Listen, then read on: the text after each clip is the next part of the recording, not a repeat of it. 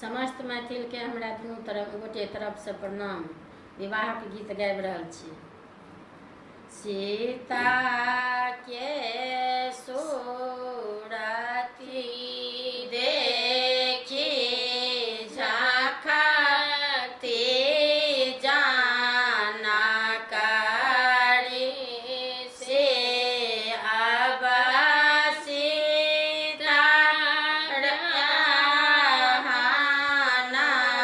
जो गागे माई सीता के सकल देखी झांकती न जानकारी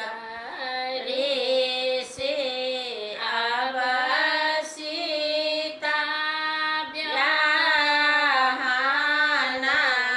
जो गागे माई आए के गोरा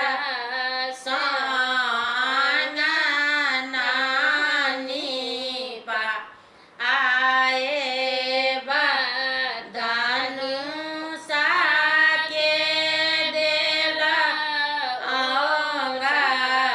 अंगठाई गे माई धनुषा के देला खुद बड़ती अंगठाई गे